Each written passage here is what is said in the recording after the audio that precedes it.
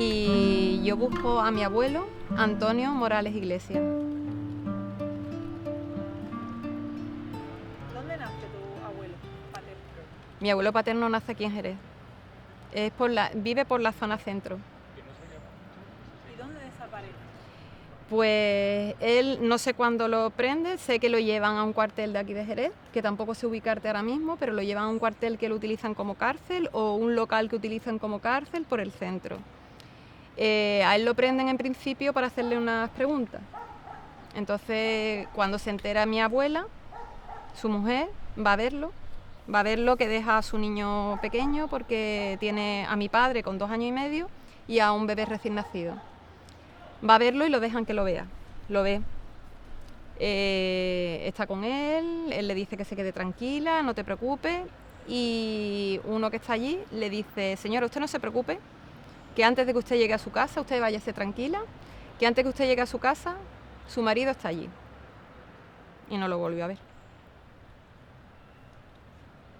¿Con qué motivo se lo llevan? No lo sé, no lo sabemos. Vamos, mi padre no hablaba mucho del tema. Él contaba más a título personal. Él había asumido, entre comillas, que su padre no estaba y narraba más su historia posterior, que fue muy triste porque, claro, con 2 años y medio pierde a su padre y casi a su madre, que con 20 años se pone a trabajar de cocinera en la casa de un señorito y solo venía a ver a su hijo un día a la semana. Lo crió a él y a mi tío, lo crió su abuela. Mi tío, que según dicen, no sé si realmente tiene una base científica o no, cuando mi abuela vuelve de ver a su marido, le da el pecho. Y según dicen, la leche estaba en mal estado y el niño se congestionó. Esa es la versión, ¿no?, que dicen. Y mi tío tenía una discapacidad que no habían detectado de nacimiento, pero pudo ser que hubiera venido de todas maneras, ¿no? Pero la versión en casa era esa, que tomó la leche y que a partir de ese momento el niño se puso como rojo, se puso mal, y a partir de ahí pues ya no, cuando empezó a andar no andaba bien, no hablaba bien, tenía una discapacidad. Se podría decir que a raíz de ese momento todo fue mal. Todo fue mal. Todo fue mal, se rompió una familia porque realmente eran 2 chicos muy jóvenes, se casaron, mi abuela tenía 18 y mi abuelo 20, tenían sus hijos y mi abuelo era un zapatero que por lo visto tenía buena fama aquí en Jerez y hacía las botas, los zapatos y demás para los señoritos en el Rápido Alemán. Y claro, él era el sustento de la familia. Mi abuela era ama de casa que cuidaba a sus 2 hijos. Y cuando él lo matan, pues claro, la familia se rompe. Mi bisabuela no tenía paga porque en aquella época las viudas no tenían nada, vivía con ellos. Y entonces ella es la que se hizo cargo de la casa y mi abuela se tuvo que ir a buscar el pan. El motivo no sabes por qué. Yo lo intuyo porque él era una persona que, bueno, como se suele decir vulgarmente, creo que no tenía pelos en la lengua. Entonces él hablaba libremente, él terminaba su trabajo y después se iba a un bar que había allí cerca y allí pues hablaba de todo lo que pensaba, cómo pensaba, de que no le parecía justo esto, que si el señorito tal, que si esto. Y muy probablemente él conocía a mucha gente y evidentemente sus ideas pues no eran de izquierda.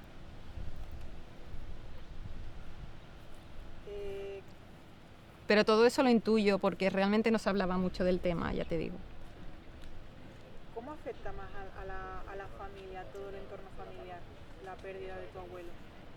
Ya has comentado un poco. Sí, bueno, también está la parte de tías, eran tías de mi padre, que eran, bueno, pues no sé si eran primas o hermanas, eran hermanas de mi abuelo.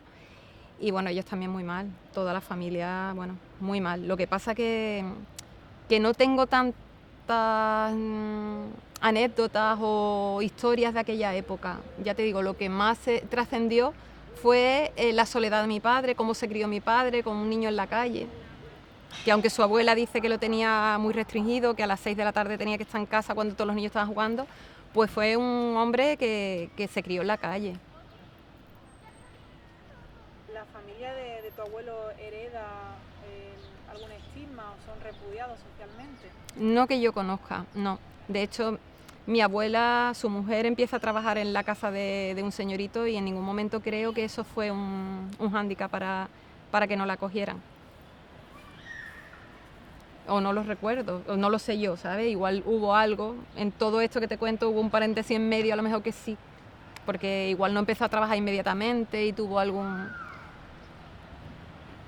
¿Cómo conoces tú su historia? ¿Quién te habla por primera vez? Pues así recordarlo claramente no, pero me da la sensación que quizás fuera más mi madre que incluso mi padre.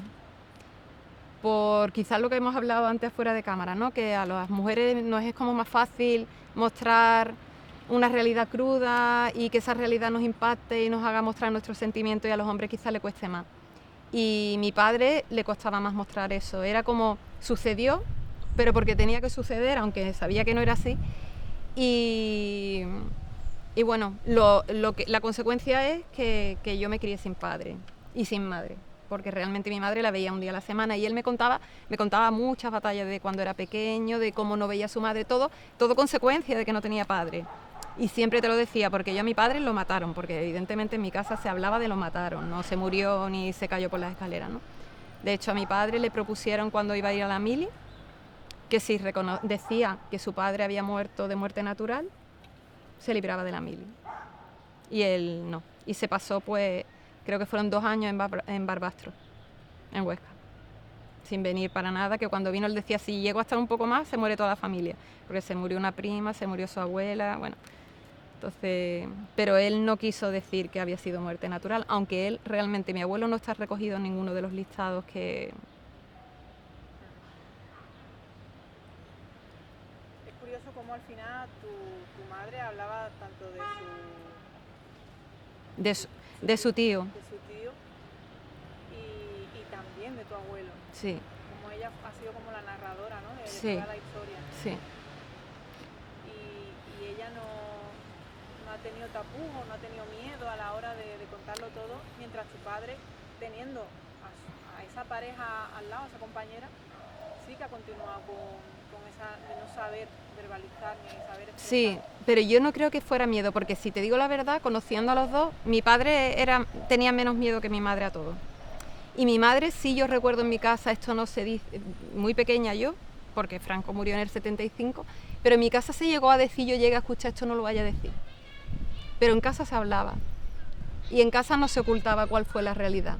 A mí no me dijeron nunca, cuando sea mayor se te explicará y lo entenderás. No, esto pasó así, yo no te digo que me lo contaron con 2 años, pero que yo tengo uso de razón, no recuerdo un momento en el que me dijeran, mira, te voy a contar lo que pasó en casa, ¿no? Es que mi madre lo narraba, pues eso, hablaba mucho de su madre, y mi madre se volvió medio loca cuando mataron a mi tío, hablaba mucho de mi abuela paterna porque murió muy joven mi abuela paterna, con 50 y tantos años, entonces siempre me decía que era muy buena persona, y con la vida que le tocó vivir, porque hay que ver quedarse viuda tan joven con un niño porque a su marido lo mataron, es decir que... Y sí, siempre se decía lo mismo, no se suavizó la historia nunca.